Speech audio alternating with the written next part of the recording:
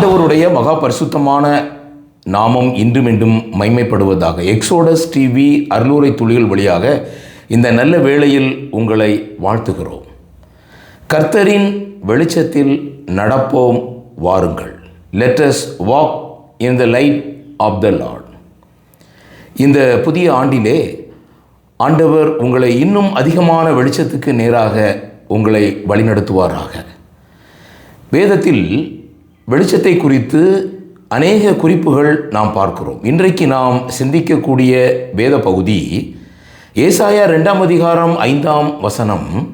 யாக்கோபின் வம்சத்தாரே, கர்த்தரின் வெளிச்சத்தில் நடப்போம் வாருங்கள். வேதம் வெளிச்சத்தில் தான் ஆரம்பமாகிறது. இந்த உலகம் தேவன் உருவாக்கும் போது வேதம் தெளிவாக சில சத்தியங்களை நமக்கு விளங்க பண்ணுகிறது. ஆதியாகமம் 1ஆம் அதிகாரத்தில் மட்டும் வெளிச்சத்தை குறித்ததான 4 குறிப்புகள் இருக்கிறதை நீங்கள் கவனிக்கலாம். தேவன் வெளிச்சம் உண்டாக கடவுது என்றார், வெளிச்சம் உண்டாயிற்று. வெளிச்சம் நல்லது என்று கண்டார். வெளிச்சத்தையும் இருளையும் தேவன் வெவ்வேறாக பிரித்தார். வெளிச்சத்துக்கு பகல் என்று பெயரிட்டார். மாத்திரமல்ல, தேவன் இரவையும் வெளிச்சத்தையும் பிரிப்பதற்காக, அதற்கு வித்தியாசம் உண்டாக்கும்படியாக அவைகளை வானம் என்கிற ஆகாய விரிவிலே வைத்தார் என்று வேதம் கூறுகிறது. வெளிச்சம் கர்த்தராகிய தேவனை அது குறிப்பிடுகிறதாக இருக்கிறது. இஸ்ரவேல் ஜனங்களை ஆண்டவர் 430 ஆண்டுகள் அடிமைத்தனத்திலிருந்து வழிநடத்தி கொண்டு வரும்பொழுது கூட அங்கே நாம் பார்க்கிறோம், பகலில் அவர்களை வழிநடத்த மேக ஸ்தம்பத்திலும், இரவில் அவர்களுக்கு வெளிச்சம் காட்ட அக்கினி ஸ்தம்பத்திலும் அவர்களுக்கு முன் சென்றார்.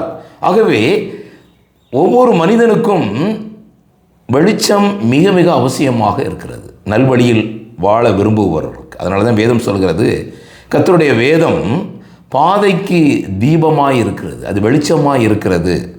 ஆகவே தேவன் வெளிச்சத்தை அநேக இடங்களில் முதன்மைப்படுத்தி இருக்கிறது நீங்கள் பார்க்கலாம். தேவன் வாசம் பண்ண விரும்பும் வாசஸ்தலத்தில், ஆசரிப்பு கூடாரத்தில் அங்கே வெளிச்சம் கொடுக்கும் குத்துவிளக்கை வைக்கிறதை நாம் பார்க்கிறோம். அங்கு வெளிச்சம் கொடுப்பதற்காக எண்ணெய் அங்கு ஊற்றப்படுகிறதையும் நீங்கள் கவனித்திருக்கலாம். ஆண்டவராய் இருக்கிற தேவன் பூமியில் மனிதனாக தன்னை வெளிப்படுத்த சித்தம் கொண்ட பொழுது அதனுடைய தீர்க்க தரிசனமாக ஏசாயா 9:2 இருளிலே இருக்கிற ஜனங்கள் பெரிய வெளிச்சத்தை கண்டார்கள். மரண இருளின் தேசத்தில் குடியிருக்கிறவர்கள் மேல் வெளிச்சம் பிரகாசித்தது. மரண இருளின் தேசம் இந்த தேசம். அநேகர் இன்றைக்கு இருளில் வாழ்கிறாங்க, இருளிலே மரிக்கிறாங்க. மரண இருளின் தேசத்தில் இருந்து மரண இருளின் தேசத்திற்கே போகிறார்கள். ஆனால் நாமோ ஜீவனுள்ளோருடைய தேசத்திற்கு அழைக்கப்பட்டிருக்கிறோம். நாம் பெரிய வெளிச்சத்திற்குள்ளாக நாம் பிரவேசிப்பதற்கு தேவன் உங்களுக்கும் எனக்கும் கிருபை செய்திருக்கிறார். 2 கொரிந்தியர் 4ஆம் அதிகாரம் 6ஆம் வசனத்தில் இருளில் இருந்து வெளிச்சத்தை பிரகாசிக்க சொன்ன தேவன் இயேசு கிறிஸ்துவின் முகத்தில் உள்ள தமது மகிமையின் அறிவாகிய ஒளியை தோன்ற பண்ணும் பொருட்டாக எங்கள் இருதயங்களிலே பிரகாசித்தார். எங்கள் இருதயங்களில் பிரகாசித்தார். பிரகாசமுள்ள மனக்கண்களை ஆண்டவர் நமக்கு கொடுத்திருக்கிறார். ஆகையால் கர்த்தரின் வெளிச்சத்தில் நடப்போம் வாருங்கள் என்ற இந்த 2026ஆம் ஆண்டினுடைய அது வாக்குத்தத்தமாக இருந்தாலும் சரி, உடன்படிக்கையாக இருந்தாலும் சரி, எதுவாக இருந்தாலும் சரி, அதை உங்களுடைய வாழ்க்கையிலே நீங்கள் பிரதானமாக எடுத்துக்கொள்ள வேண்டும் என்று நான் விரும்புகிறேன்.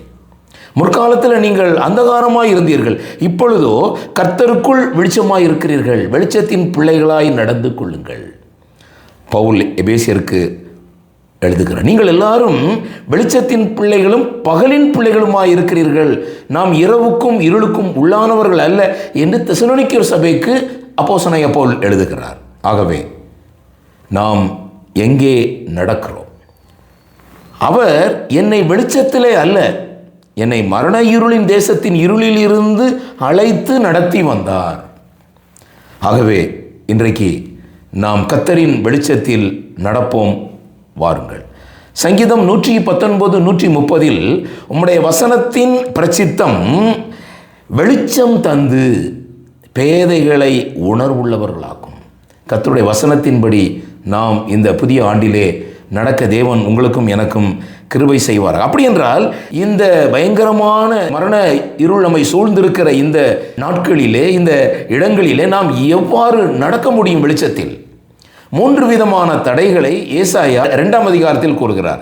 ஏசாயா 2:6 பாருங்க. முதல் தடை, யாக்கோபின் வம்சத்தாராகிய உம்முடைய ஜனத்தை கை நெகிழ்ந்தீர். அவர்கள் 1 கீழ்த்திசையாரின் போதகத்தால் நிறைந்து பெலிஸ்தரை போல நாள் பார்க்கிறவர்களாயிருந்து அந்நிய புத்திரர் மேல் பிரியப்படுகிறார்கள். அந்நிய உபதேசம், நாள் பார்க்கிறார்கள், அந்நிய புத்திரர் மேல் பிரியப்படுகிறார்கள். இதை மொத்தமாக நாம் சிந்திப்போமானால், நாம் கர்த்தரின் வெளிச்சத்தில் நடப்போம் வாருங்கள். அந்த வெளிச்சத்துக்கு தடையாக இருக்கிற முதல் தடை அந்நிய போதகம். இன்றைக்கு நம்முடைய சபைகளிலே அதிகமான அந்நிய போதனைகள் நுழைந்து கொண்டிருக்கிறதை நீங்கள் பார்க்கலாம். தெரிந்தோ தெரியாமலோ நீங்களும் அதற்கு ஒருவேளை அடிமைகள் ஆகலாம். சிறு பிள்ளைகளுடைய ஞானஸ்நானம், பெண்கள் பங்கு சபையிலே, பெண்கள் அநேக இடங்களிலே உதவிக்காரர்களாக இருக்கிறாங்க. பெண்கள் அநேக இடங்களிலே அநேக சகோதர சபைகளை ஸ்தோத்திரம் பண்ணுறாங்க.